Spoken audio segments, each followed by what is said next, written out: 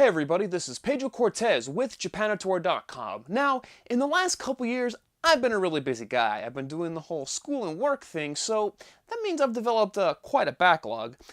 And you know what? I'm tired of it. It's time for me to, catch up and watch all of these shows I've been tossing my money at, and I'm going to take you guys along for the ride. So for this first inaugural episode of, I don't know what I'm going to call it just yet, but let's just say that there's going to be a backlog involved. Anyway, so for this first episode, I'm going to be tackling a bona fide classic. Now, it's not often that you can talk about a show and say that it's managed to change its entire genre.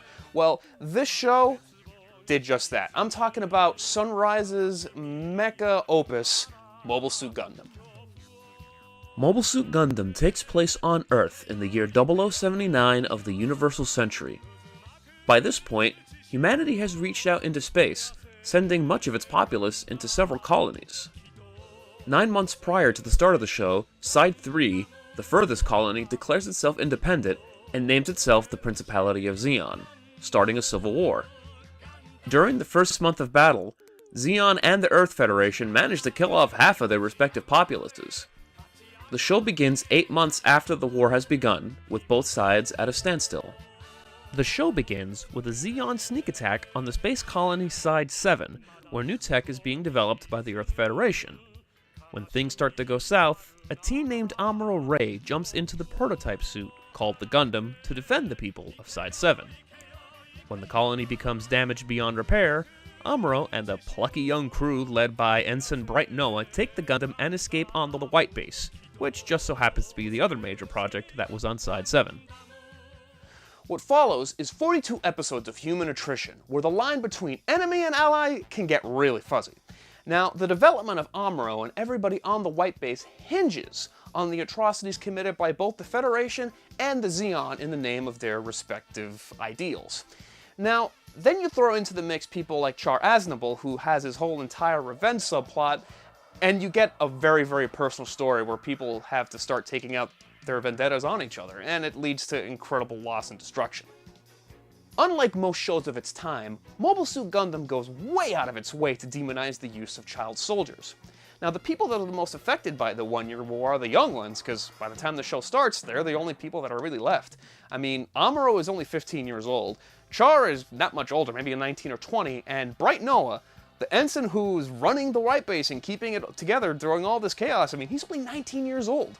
Most of these characters are incredibly inexperienced in the ways of life and love and war. I mean, the lessons that they learn throughout the course of the show about the malice of their superiors and just adults in general is really heartbreaking. With that comes a bit of angst, as we watch Amuro go through his growing pains while he tries to figure out how not to die week to week. It can be irritating to see how immature and selfish he is, but by the end, he becomes the man that the White Base and the Federation needs. It's worth sticking around for the entire run, if just for the last couple fights between Amuro and Char, which get quite personal. My only other major complaint is the late introduction of the new type. For a concept that eventually becomes vital to the entire franchise, it's just kinda dropped in during the last third of the show. Granted, there were a few comments about Amuro being special, but it doesn't encompass the whole evolution of Space Noids concept that is elaborated on in later installments. Along with that comes the introduction of Lala, the girl that humanizes Char in ways that no other situation could. Her relationship with the mysterious masked dude, I can understand. I can see how the two of them, what they felt for each other. However, Amuro's connection with her felt tenuous at best. Yeah, she's the first new type he communicated with, but come on, he only met her a couple of times.